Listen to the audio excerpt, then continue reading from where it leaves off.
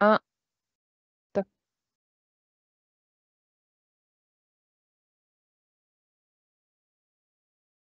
Alors, bonjour à tous. Nous vous souhaitons la bienvenue à ce webinaire sur la thématique La déclaration sociale et fiscale des revenus unifiés. Il est organisé par l'URSSAF Île-de-France et la Direction départementale des finances publiques de l'Essonne. Il a pour objectif donc de vous présenter les différentes étapes de la déclaration effectuée par les travailleurs indépendants. Je suis Annie Giton, chargée de la relation cotisant à l'URSSAF Île-de-France et je serai accompagnée aujourd'hui de Samia Ouadouki, auditrice départementale à la Direction départementale des finances publiques de l'Essonne. Nous allons animer cet événement pendant lequel nous allons aborder différents sujets. Tout d'abord, les missions de l'URSSAF et de la Direction départementale des finances publiques, la déclaration de revenus, le parcours des déclarations en ligne sur le site impôts.gouv.fr, les différentes rubriques de cette déclaration et on va vous donner également quelques informations pratiques. N'hésitez pas à poser vos questions dans la zone de chat. Une modération est gérée par Amira Benchebi, Hélène Delbé, expert impôt sur le revenu de la Direction départementale des finances publiques de l'Essonne, et Hakima Saïs, chargée de la relation cotisant à l'URSSAF Île-de-France. Un temps de réponse aux questions est prévu à l'issue de la présentation. N'hésitez pas à cliquer sur le pouce. Les questions les plus animées seront traitées en priorité. Nous allons maintenant débuter la présentation. Nous vous souhaitons un bon webinaire à tous. Alors, tout d'abord, le sommaire. L'émission de l'URSSAF et de la Direction générale des finances publiques. La déclaration des revenus des indépendants, donc on appelle également la DRI. Le parcours des déclarations en ligne sur le site impôts.gouv.fr, les différentes rubriques de cette déclaration et les informations pratiques. Alors, pour l'URSSAF. Donc, tout d'abord, on va rappeler un petit peu quelles sont nos missions. Donc, on a un rôle de collecte des cotisations donc, qui, en contrepartie, assure le financement de la protection sociale au quotidien. Un rôle de contrôle pour garantir l'équité des droits acquis, des droits sociaux et l'équité entre tous. Un rôle d'accompagnement pour les employeurs et les entrepreneurs au bénéfice du développement économique et social. Alors, à quoi sert l'URSSAF? Donc, on a d'un côté donc, la collecte des cotisations sociales de 25 millions de salariés et de 10,25 millions d'employeurs et d'entrepreneurs. En contrepartie, cette collecte permet la redistribution de cotisations sociales aux 880 organismes qui existent. Donc, on en cite quelques-uns, l'assurance maladie, l'assurance retraite, la CAF, Caisse d'allocation familiale. Et ces organismes, en contrepartie, vous versent des prestations sociales. Alors, également, un petit tableau pour vous expliquer à quoi servent les cotisations sociales qu'on collecte. Donc, la majorité de ces cotisations servent au niveau santé, donc 44%, 28% pour la retraite, 10% pour la famille, etc. Alors, la direction départementale des finances publiques. donc la Direction départementale des finances publiques, exerce également des missions, vis-à-vis des particuliers et des professionnels. Donc 3 grandes missions, sont gérées. Tout d'abord, les missions fiscales, qui sont calculer, recouvrer l'impôt et contrôler les situations fiscales. Des missions de gestion publique, essentiellement tenir les comptes de l'État et des collectivités, suivre leur budget et exercer une expertise principalement économique et financière. Et enfin, la troisième grande mission, ce sont des missions foncières et domaniales. Par exemple, gérer le parc immobilier de l'État, tenir le cadastre ou assurer la publicité foncière. Auprès de vous, localement, la Direction générale des finances publiques a plusieurs types de services. Donc, vous avez tout d'abord les 2 grands services que vous connaissez dans le cadre des missions fiscales, qui sont le service des impôts des particuliers et le service des impôts des entreprises. Donc, le service des impôts des particuliers, vous allez déposer votre déclaration de revenus. Vous allez également avoir vos avis d'imposition qui sont édités. Donc, on calcule l'impôt, on assure le recouvrement de cet impôt et on gère le contentieux, c'est-à-dire les réclamations.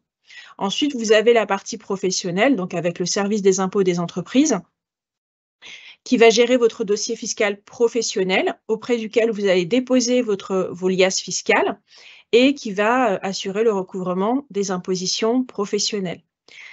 Au-delà de ces services départementaux, vous avez donc des services départementaux également de mission foncière, donc le service de publicité foncière et de l'enregistrement, qui assure l'enregistrement des déclarations de succession, par exemple, et le CDIF, le Centre des impôts fonciers, qui, lui, tient le cadastre, par exemple. Et enfin, les missions de gestion publique, que sont les trésoreries, qui vont tenir les comptes des collectivités locales et assurer le recouvrement des différentes créances que vous pouvez avoir vis-à-vis des collectivités locales. Donc, toutes ces informations, vous les retrouvez sur le site impôts.gouv.fr. Donc, vous avez un certain nombre de rubriques qui vous offrent une documentation actualisée et des services personnalisés. Donc, quand vous allez sur le site, vous allez voir, vous avez différents onglets selon vos situations. Donc, si vous êtes un particulier, vous allez avoir accès à des guides et une documentation sur toutes les thématiques qui vous concernent. Et il en est de même pour les professionnels ou si vous êtes partenaire, une collectivité, etc.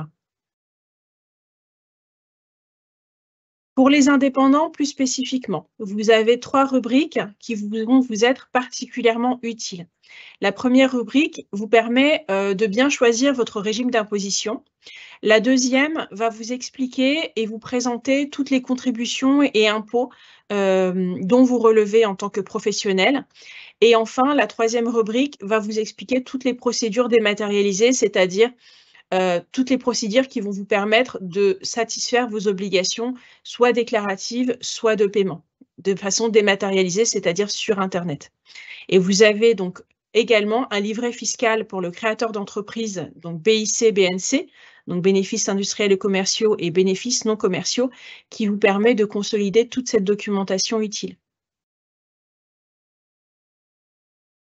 La déclaration des revenus des indépendants, donc on va vous la présenter un peu plus en détail.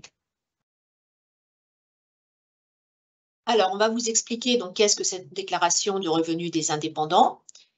Donc, c'est la fusion des déclarations fiscales et sociales. Donc, un petit rappel, depuis 2021, donc, on a simplifié les formalités déclaratives pour les travailleurs indépendants. Et donc, les revenus qui servent de base de calcul des cotisations et contributions sociales sont collectés directement à partir de la déclaration fiscale des revenus. Donc, cette déclaration remplace la déclaration sociale des indépendants qu'on appelait la DSI et qui était à faire auparavant sur Net Entreprise. Donc, cette déclaration DSI, aujourd'hui, elle n'existe plus. Vous avez une seule déclaration, donc votre déclaration de revenus que vous réalisez sur le site impôts.gouv.fr. Et ce document rempli servira donc à assurer le calcul de votre impôt sur le revenu et en contrepartie, le calcul des cotisations et contributions sociales collectées par l'URSSAF.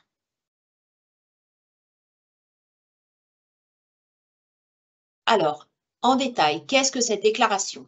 Donc, on rappelle que c'est une déclaration qui sert de base de calcul donc pour vos cotisations sociales obligatoires, donc les cotisations d'assurance maladie, maternité, vieillesse, invalidité décès et allocation familiale.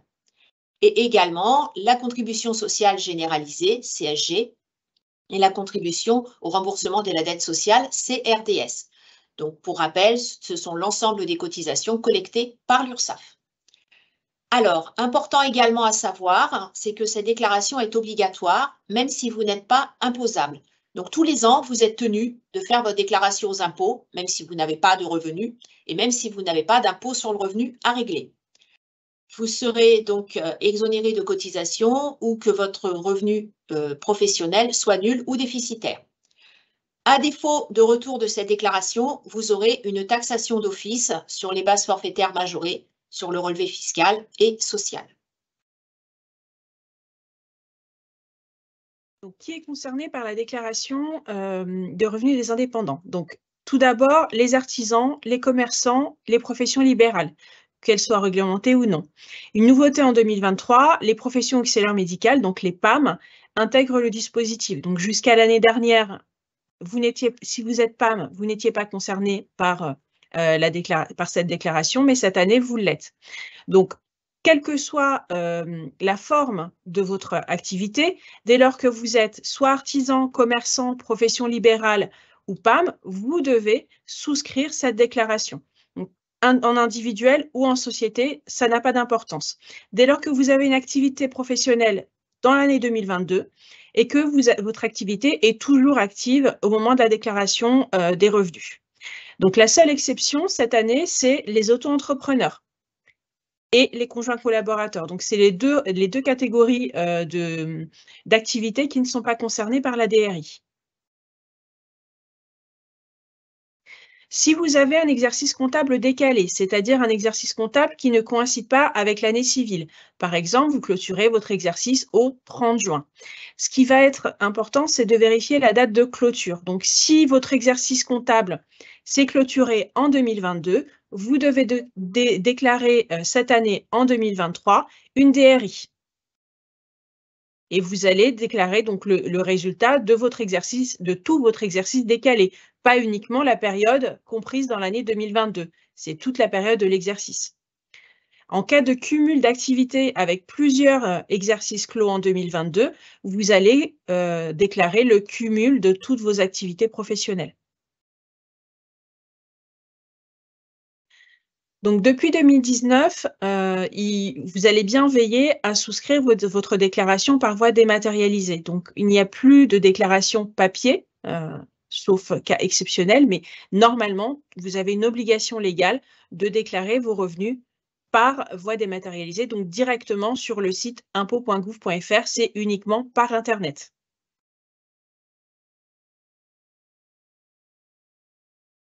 Alors, quelles sont les conséquences donc, de la déclaration de revenus que vous remplissez? Donc, tout d'abord, elle va permettre la régularisation et le calcul des cotisations provisoires, qu'on appelle également le 3 en 1. Ce qui va se passer, c'est que dès que vous aurez déclaré en 2023 donc vos revenus professionnels de l'année 2022, vous recevrez automatiquement un nouvel échéancier de cotisation 2023. Vous le verrez également sur le compte en ligne. Cet échéancier va comprendre le recalcul de vos cotisations provisoires 2023, donc les cotisations de l'année en cours, et ces cotisations seront calculées donc sur le dernier revenu déclaré, qui est celui de 2022. Et cette déclaration va permettre également de connaître votre futures échéances des cotisations de 2024, qui sera également indiquée sur votre échéancier pour que vous puissiez, au niveau comptable, prévoir et avoir une vision de ce que vous aurez à payer également l'année prochaine. Alors, important, les informations qui sont notifiées sur les courriers sont seulement les calculs et ils ne prennent pas en compte les paiements effectués. Ce qu'on vous envoie sur la notification de régularisation, c'est le nouveau calcul des cotisations pour l'année en cours, la régularisation de l'année précédente, les futures cotisations 2024. Par contre, les cotisations que vous avez versées, que ce soit l'année dernière ou même celles que vous payez cette année, ne sont pas forcément indiquées sur la notification de régularisation.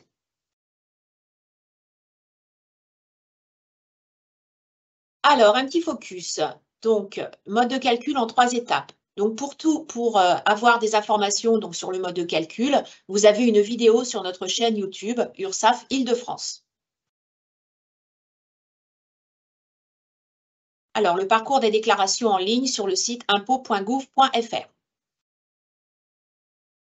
Alors, comment est-ce que vous allez faire en pratique pour déclarer vos revenus en tant qu'indépendant? Donc, tout d'abord, vous allez sur le site impôts.gouv.fr.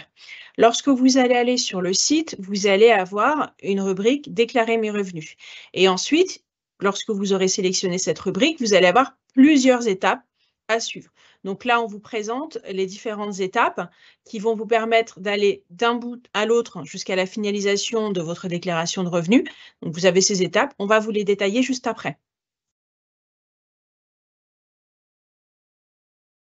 Donc, tout d'abord, vous allez vous connecter à votre espace particulier sur le site impôts.gouv.fr. Donc, bien que vous déclariez des revenus d'ordre professionnel, parce que vous êtes indépendant et c'est votre activité professionnelle, cette déclaration, vous allez la faire depuis votre espace particulier. Donc, vous voyez en haut à droite de l'écran, vous avez une petite rubrique en bleu qui vous permet d'aller sélectionner cet espace. Lorsque vous aurez cliqué sur cet onglet, vous allez avoir 2 types de connexions possibles. Donc, soit vous allez vous connecter grâce à votre numéro fiscal, ensuite cliquez sur « Continuer » et rentrez votre mot de passe. Donc, il faut avoir au préalable créer votre espace et avoir vos identifiants. Ou sinon, vous pouvez également vous identifier via le petit widget France Connect. Donc, France Connect, c'est un mode d'identification sécurisé qui est partagé par plusieurs administrations et plusieurs opérateurs publics et privés.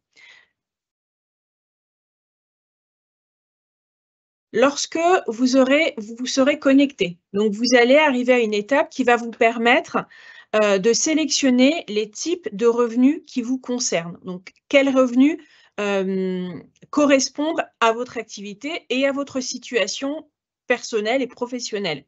Donc, par exemple, si vous êtes indépendant, que vous n'avez pas de traitement et salaire, mais que vous allez avoir des revenus non commerciaux professionnels, vous allez cocher la case que vous voyez cocher à l'écran en bas à gauche, et vous allez surtout cocher l'une des cases qui vous permettent d'accéder aux rubriques de la déclaration de revenus des indépendants.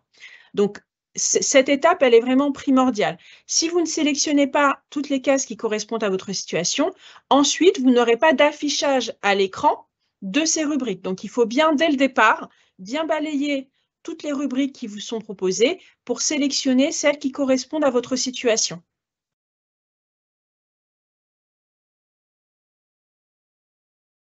Donc, lorsque vous allez sélectionner ces rubriques-là, vous allez pouvoir ensuite, étant donné que vous aurez coché la case de déclaration de revenus des indépendants, vous allez pouvoir avoir un pré-remplissage de vos données professionnelles. Donc, à partir de vos liasses fiscales, donc la 2042C Pro que vous allez avoir déclaré sur le site impôts.gouv.fr, elle va pouvoir s'alimenter à partir des liasses que vous aurez déclarées au SIE. Donc, les liasses fiscales pour vos bénéfices industriels et commerciaux, non commerciaux ou agricoles, vous les déposez au début du mois de mai au SIE. Et de les déposer dans la période déclarative, ça permet d'alimenter automatiquement, au moment de votre déclaration de revenus sur votre espace particulier, d'avoir une auto-alimentation. Donc, cette auto-alimentation, elle passe par votre identification en tant que professionnel. Il faudra remplir votre numéro SIREN ou votre numéro SIRET pour pouvoir accéder à ce pré-remplissage. Donc là, encore une fois, c'est une étape importante parce que ça va vous permettre de faciliter votre déclaration en ligne.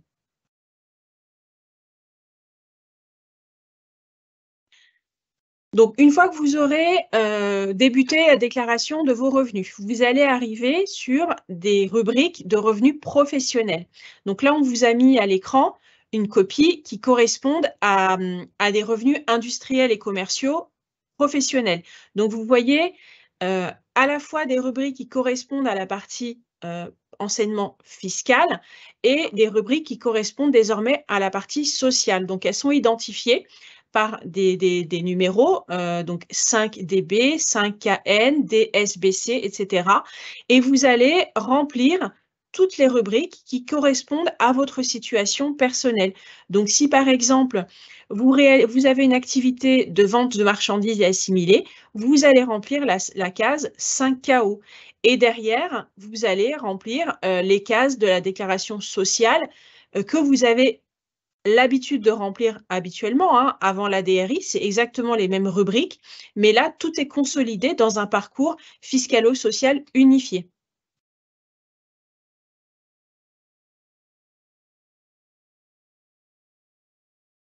Donc là, vous avez une image du volet social, donc c'est une vue globale. Donc, c'est exactement, si vous voulez, la DRI, c'est uniquement un parcours consolidé. C'est-à-dire que vous aviez d'abord la partie impôts que vous déclariez aux impôts, la partie URSSAF que vous déclariez à l'URSSAF. Là, vous avez, on essaye de vous faciliter la démarche pour que vous n'ayez qu'une seule déclaration à déposer, donc une seule obligation déclarative, et vous allez remplir toutes vos rubriques, tous vos revenus, toutes vos cotisations, vous allez les remplir au fur et à mesure lors d'une seule déclaration.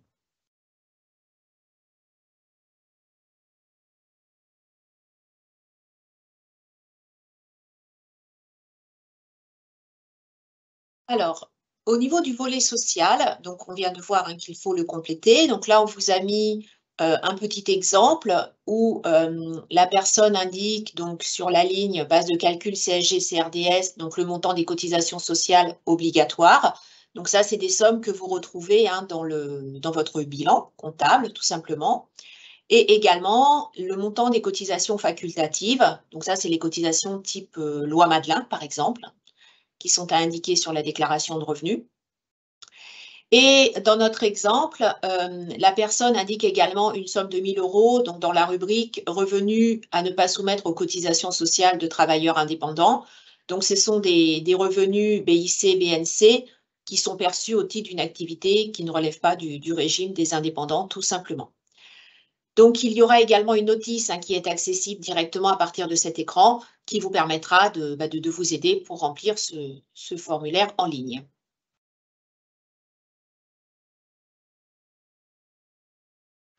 Alors, sur la deuxième partie, donc là, ça concerne les praticiens, mais auxiliaires médicaux qui ne relèvent pas du régime des PAM. Donc là également, hein, vous devez remplir les rubriques vous concernant et, et indiquer évidemment l'ensemble de vos revenus.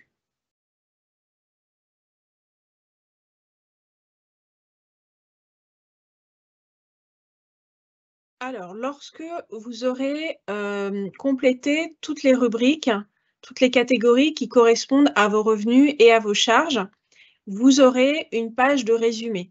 Donc, cet écran vous permettra de voir uniquement les cases de la déclaration fiscalo-sociale que vous aurez remplies. Donc, c'est un écran de fin qui permet de récapituler toute votre déclaration et qui vous permet de la vérifier. Donc là, vous voyez, par exemple, sur le parcours qu'on vous présente, il y a des traitements et salaires, il y a des revenus industriels et commerciaux, il y a des réductions et crédits d'impôt et enfin, il y a des cases qui correspondent à la déclaration de revenus des indépendants. Donc c'est un écran de résumé, il faut bien regarder, que vous n'ayez rien oublié pour vous permettre ensuite de valider et de signer votre déclaration de revenus.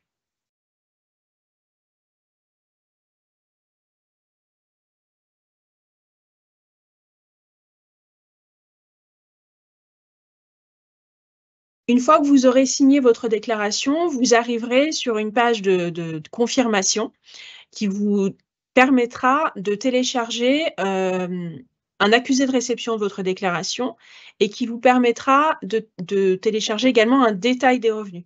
Donc ce détail, c'est un peu votre pense-bête, hein, tant que vous aurez une fois que vous aurez déposé votre déclaration de revenus, vous pourrez aller afficher ce détail-là et ça vous permet d'avoir une preuve de votre dépôt avec le détail de toutes les rubriques que vous avez servies.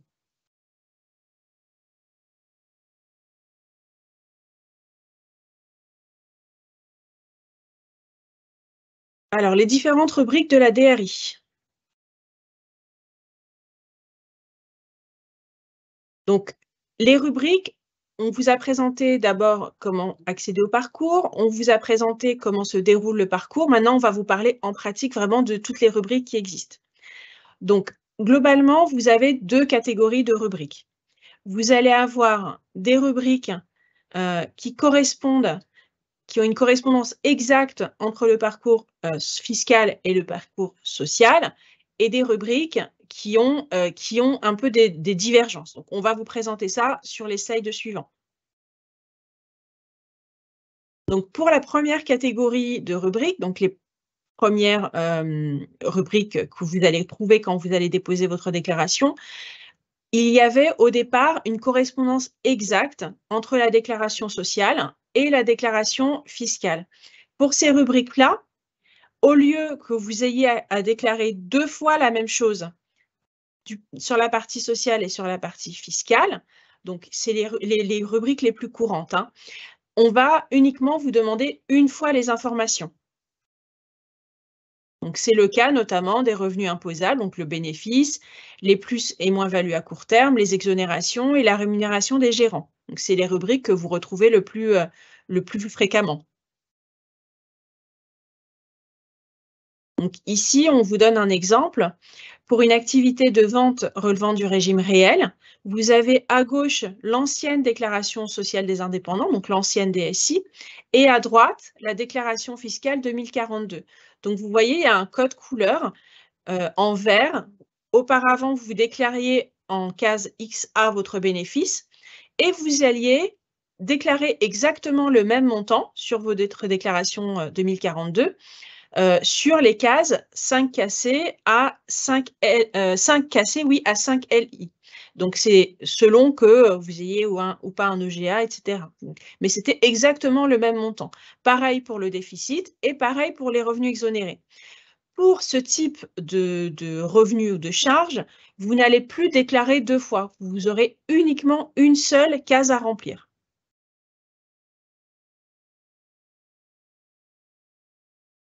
Ensuite, pour les catégories de rubriques qui ne trouvent pas de correspondance exacte, qui n'ont pas d'équivalent entre la déclaration sociale et la déclaration fiscale, là, on a un aménagement dans le cadre de la déclaration des revenus des indépendants. Donc, c'est essentiellement les dividendes, les cotisations sociales obligatoires, les cotisations facultatives Madelin, etc. Donc, ces nouvelles rubriques sociales ont dû être créées pour vous permettre de déclarer ces montants. Donc là, on vous donne un exemple. Pour les dividendes, auparavant, dans la DSI, il y avait une seule rubrique qui était la rubrique XH. Or, dans la déclaration fiscale 2042, ces dividendes étaient répartis en 3 rubriques différentes. Donc, vous ne pouviez pas avoir à la fois, il n'y avait pas de correspondance exacte en fait, c'est ce qu'on essaie de vous expliquer. Donc pour ces types de revenus, on a créé des nouvelles rubriques, donc là, les cases DSAA et DSAB sont des nouvelles rubriques du parcours de déclaration de revenus des indépendants qui vous permettent de saisir les informations que vous remplissiez auparavant dans la case XH.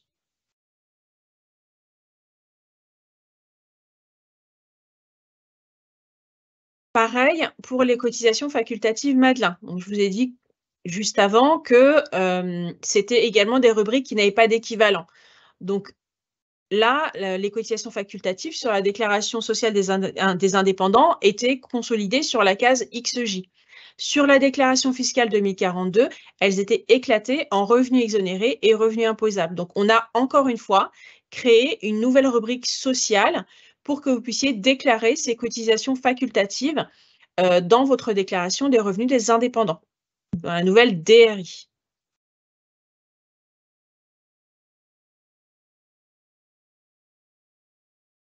Alors, il y a également des cas particuliers. Donc, il y a une nouvelle rubrique qui a été créée pour les sommes déjà soumises à cotisation sociale. Donc, c'est une rubrique qui vous concerne si vous avez déclaré dans les rubriques fiscales, donc revenus imposables, en plus de vos revenus de travailleurs indépendants, des revenus qui n'ont pas à être pris en compte dans la base de calcul de vos cotisations sociales. Dans ce cas-là, vous devez indiquer donc cette somme sur la case DSBA qui figure sur l'exemple que nous avons à l'écran. Et donc, ces revenus concernés sont à déclarer dans cette rubrique sociale, mais ils ne seront pas pris en compte dans la base de calcul donc des cotisations sociales collectées par l'URSSAF. Ce qui veut dire que les impôts nous transmettront l'ensemble de vos revenus soumis à cotisation en tant qu'indépendant, mais cette somme, si elle est indiquée, normalement, l'URSSAF ne la recevra pas et donc il n'y aura pas de cotisation à payer dessus.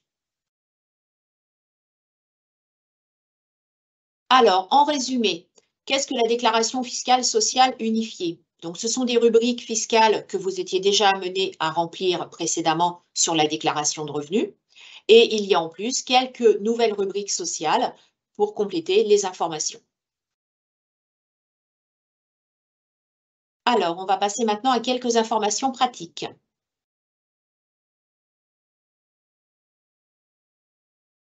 Quand et comment faire votre déclaration de revenus? Donc, on vous a expliqué tout à l'heure que la déclaration de revenus, désormais, doit se faire de manière dématérialisée, donc sur Internet, sur le site impôts.gouv.fr. Donc, le service de déclaration en ligne est ouvert depuis le 13 avril et il clôturera le 28 juin. Donc, vous devez déposer votre déclaration de revenus sur le site impôts.gouv.fr pendant cette période. Donc, que ce soit une première déclaration ou que vous ayez des rectifications à réaliser, vous allez le faire sur le site impôts.gouv.fr pendant la période d'ouverture du service de déclaration en ligne, donc avant le 28 juin. Si jamais, après le 28 juin, vous ne l'avez pas fait, alors, si c'est votre première déclaration, vous allez pouvoir souscrire votre déclaration sociale sur le service de déclaration en ligne sur le site ursaf.fr ou alors vous allez attendre de recevoir une relance pour non-déclaration de revenus et vous allez pouvoir utiliser cette relance pour réaliser votre première déclaration. Si c'est une déclaration rectificative, là, vous ne recevrez pas de relance étant donné que l'URSSAF a déjà reçu votre déclaration. Donc, c'est à vous de faire la démarche de rectifier votre déclaration. Donc là, il faudra aller demander un formulaire papier à l'URSSAF pendant le mois de juillet. Et si c'est à partir du mois d'août que vous devez rectifier votre déclaration, vous aurez un téléservice spécifique sur le site impôts.gouv.fr. Donc ça, c'est une nouveauté cette année qui vous permettra à la fois de corriger la déclaration fiscale, mais aussi la déclaration sociale en fait. Donc, mais il faudra impérativement le faire à ce moment-là sur Internet.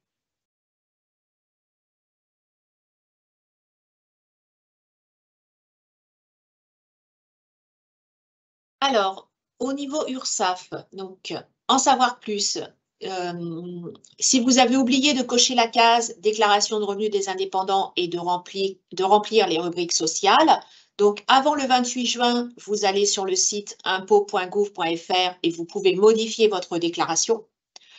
Une fois cette date passée, à partir du mois de juillet, il faudra nous contacter directement pour faire une déclaration rectificative sur formulaire papier ou bien utiliser le formulaire papier que vous aurez reçu avec la relance pour non-déclaration de revenus. En fait, tous les ans, donc on vient de vous expliquer que vous aviez des dates pour faire vos déclarations. Si vous n'avez pas fait votre déclaration au mois de juillet, l'URSSAF vous enverra une relance et il y aura un formulaire papier qui sera adressé de façon à ce que vous puissiez faire votre déclaration. Sinon, vous pouvez venir effectivement ou nous contacter ou nous envoyer par courrier vos revenus de façon à ce qu'on puisse les prendre en compte.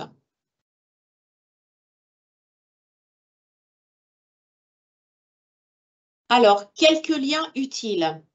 Donc, sur le site sécu-indépendant.fr, donc qui est toujours actif, vous allez dans la rubrique Accueil, cotisation, déclaration de revenus, déclaration sociale, fiscale des revenus. Vous pouvez également sur ursaf.fr, sur la rubrique Accueil indépendant, choix de catégorie, déclaration de revenus.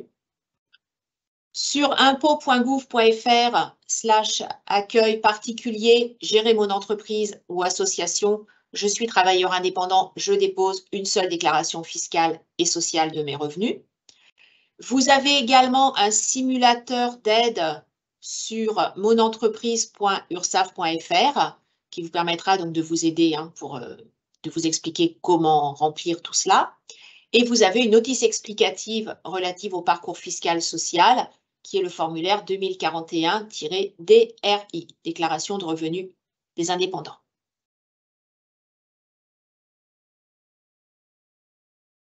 Si vous avez besoin d'aide pour remplir votre déclaration, pendant toute la durée de la campagne, donc jusqu'au mois de juin, vous pouvez nous contacter, donc contacter la Direction générale des finances publiques au numéro d'appel national, le 0809 401 401, en tapant 4. Donc, vous choisissez l'option 4 dédiée à la DRI. Donc, c'est un service gratuit, vous ne payez uniquement le coût de l'appel et c'est ouvert du lundi au vendredi de 8h30 à 19h, heure métropolitaine. Pour la partie URSSAF, donc nous, ça se passe à partir du 30 juin, puisque à ce moment-là, la campagne officielle de déclaration aura été clôturée au niveau des impôts. Vous pourrez nous joindre au 36 98, donc pareil, service gratuit également. Et du lundi au vendredi de 9 h à 17 h.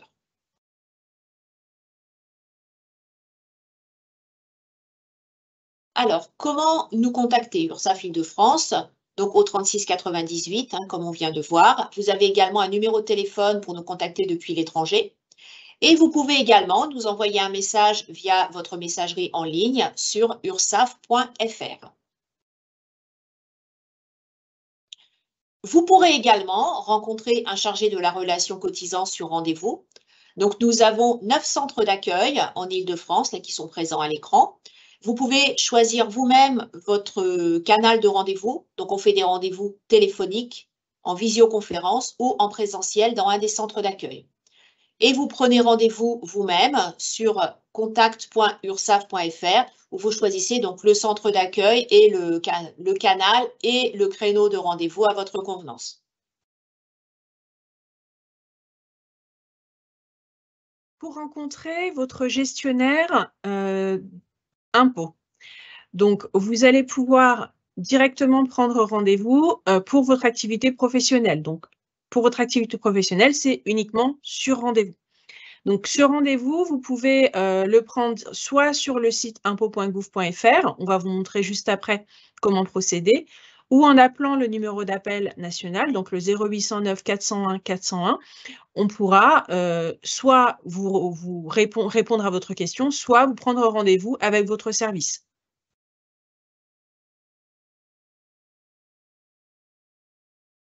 Donc, la prise de rendez-vous sur le site impôts.gouv.fr, elle se fait 24 h sur 24, 7 jours sur 7. Soit vous pouvez le faire directement avec vos identifiants, soit vous le faites sans avoir à vous identifier. Donc, sans identifiant, vous allez tout en bas de la page, vous aurez une catégorie contact et rendez-vous. Et ensuite, il y aura juste à vous laisser guider en sélectionnant votre demande. Donc là, par exemple, on vous a montré en tant que professionnel, vous avez une question concernant votre entreprise située en France et donc vous allez cocher ces rubriques et accéder au planning de votre service gestionnaire. Ou sinon, en saisissant vos identifiants, donc une fois que vous serez connecté, vous aurez un onglet « Mes contacts », cliquez dessus et ça vous affichera automatiquement votre service gestionnaire. Donc là aussi, vous sélectionnez « Prendre rendez-vous » et vous accéderez au planning de votre service.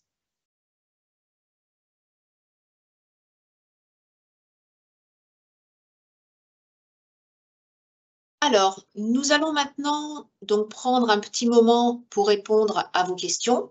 Amira, Hélène et Akima vont vous lire les différentes questions. S'il y a beaucoup de questions reçues, nous ne pourrons peut-être pas répondre à tout le monde, mais nous allons tenter bien sûr de répondre au plus grand nombre de questions. Si votre question n'est pas traitée, nous vous encourageons à nous la transmettre via la messagerie privée de votre compte ursaf.fr ou impôts.gouv.fr. Je vais laisser maintenant la parole à ma collègue Akima qui va me dire s'il y a des questions pour la partie URSSAF. Alors, donc oui, on a eu pas mal de questions. Alors, on a eu beaucoup de questions surtout concernant les cotisations obligatoires. Voilà, donc à savoir essentiellement quel était le montant à mettre, en fait, quelles étaient les informations à mettre dans la case des cotisations personnelles obligatoires. Alors, ce montant, si vous avez un bilan comptable, donc ce montant est indiqué dans le bilan comptable que votre comptable aura fait sur une ligne qui s'appelle cotisation sociale obligatoire. Donc là, il faut reporter ce montant. Si vous n'avez pas de bilan comptable, si vous êtes en micro-entreprise par exemple, dans ce cas-là, le montant qui est indiqué sur cette ligne correspond à l'ensemble des cotisations sociales payées donc en 2022, donc il comprend la partie URSSAF, mais également la partie retraite, puisqu'il peut y avoir des cotisations retraite payées à un autre organisme que l'URSSAF, donc suivant votre profession. Donc il faut indiquer sur cette ligne l'ensemble des cotisations sociales obligatoires, qui correspond donc parfois à plusieurs caisses différentes. Merci.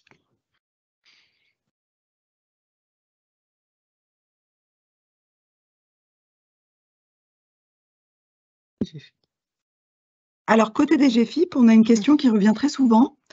C'est concernant les versements volontaires sur un plan épargne retraite type PERCOL, PERCO, collectif. Donc, est-ce que c'est déductible du revenu BNC, BIC ou autre?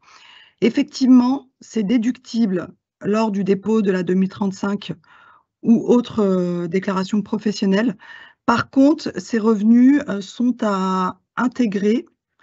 Ces déductions sont à intégrer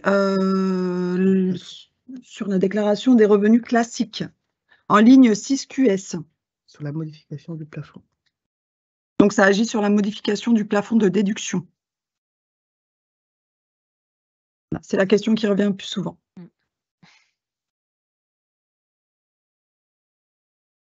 On avait une question aussi, alors plus sur les cotisations du coup annuelles, on nous demandait si il était possible en fait de réajuster les prévisions de versement de cotisations.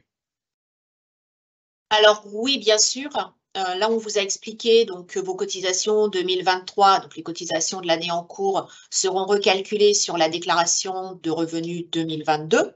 Par contre, effectivement, il peut y avoir d'une année sur l'autre des différences importantes en termes de revenus. Donc, il vous est à tout moment possible de nous contacter en nous fournissant une estimation de vos revenus 2023.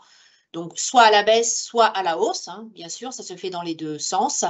Ça nous permettra de réajuster les cotisations de l'année en cours par rapport à votre situation et on vous adressera un nouveau calendrier avec des nouveaux montants de cotisations révisés, en tenant compte bien sûr de l'estimation fournie. Merci.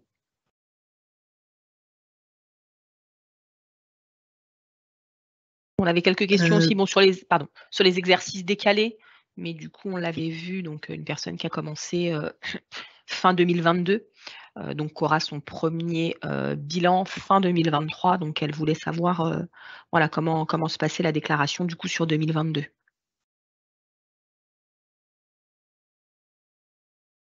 Ça, effectivement, ce sera déclaré l'année prochaine quand la personne fera sa déclaration dans un an, hein, puisque ce sera dans un an que ça se passera. C'est là où elle fera cette déclaration.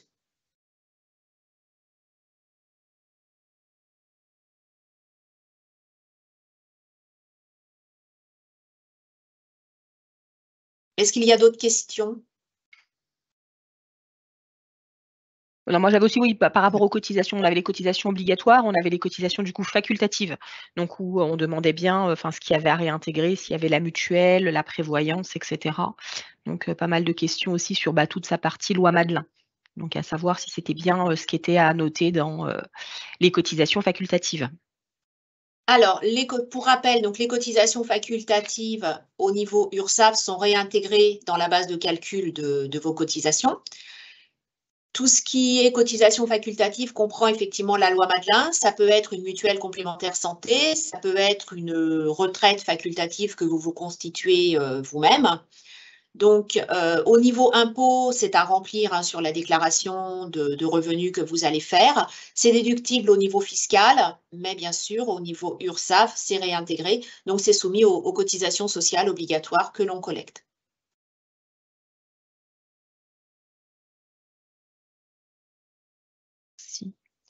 Juste une autre question, parce que du coup, je n'avais pas eu le temps d'y répondre. Pour les micro-BNC, voilà, donc il y a une personne qui demande confirmation par rapport à ce qu'elle doit déclarer au niveau du revenu. Est-ce qu'elle doit bien déclarer le chiffre d'affaires brut ou est-ce qu'elle fait son abattement, là, sur un BNC, par exemple, 34%? Donc, est-ce qu'elle déclare le revenu brut ou le revenu après abattement? Alors, pour les gens qui sont en micro-entreprise, vous devez déclarer le revenu brut. Donc, vous remplissez votre chiffre d'affaires. L'abattement fiscal est fait par les impôts. Donc, soit il sera un abattement de 34% si vous êtes en bénéfices non commerciaux, 50% pour les prestations de services BIC ou 71% pour les gens qui font de la vente. Donc, vous ne vous embêtez pas, vous indiquez votre chiffre d'affaires dans la rubrique correspondant à votre profession. L'abattement est fait par les impôts et donc les impôts transmettent à l'URSSAF le montant du revenu une fois l'abattement déjà effectué. Et c'est ce montant que vous retrouverez sur la notification de régularisation qu'on vous adressera quand on aura réceptionné le revenu de 2022. Nous avons eu également des questions sur la limite de dépôt des déclarations de revenus. Donc, on voulait apporter une petite précision. Donc, pour les personnes qui sont en Île-de-France, effectivement, le dépôt des déclarations est au 8 juin au plus tard, mais la plateforme pour télédéclarer est quand même ouverte jusqu'au 28 juin. Au 28 juin inclus. Donc, c'est une question que l'on a eue. Donc, la limite de dépôt, c'est le 8, mais la plateforme permet quand même la télédéclaration jusqu'au 28. Voilà.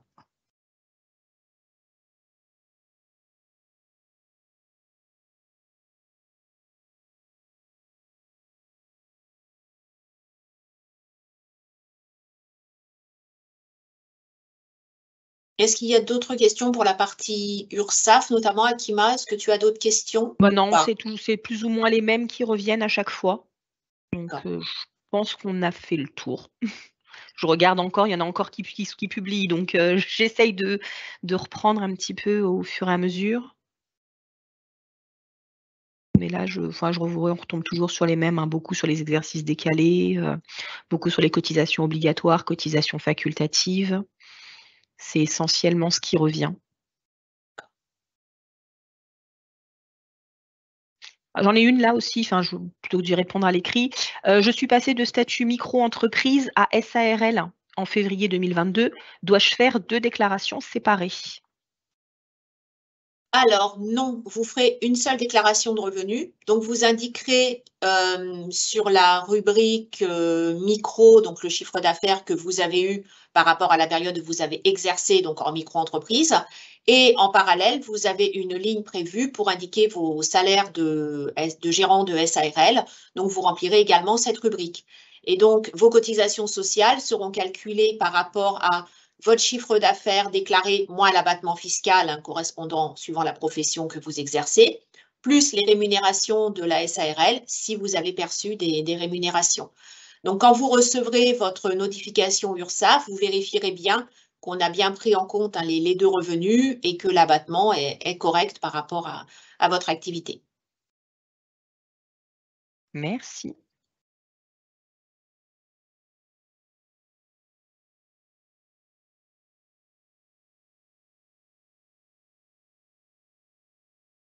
Est-ce qu'il y a d'autres questions côté DGFiP ou pas, côté impôt? Non, pas plus que ça, non. Oui. Oui, il y en a encore qui arrivent un petit peu, là, les gens posent encore des questions au fur et à mesure. Mais oui, non, dans l'ensemble, on Ah, a j'ai vu comment déclarer le gérant majoritaire. fait le tour. On va patienter encore un petit peu. Si vous avez des questions, Oui. c'est le moment.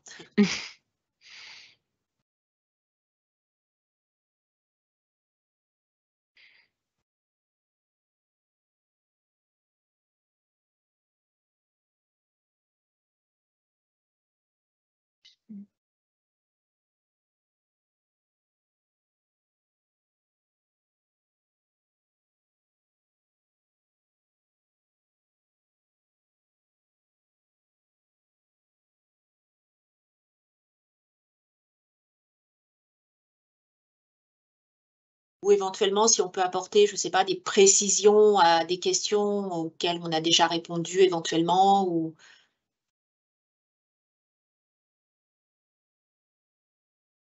Moi, je regarde.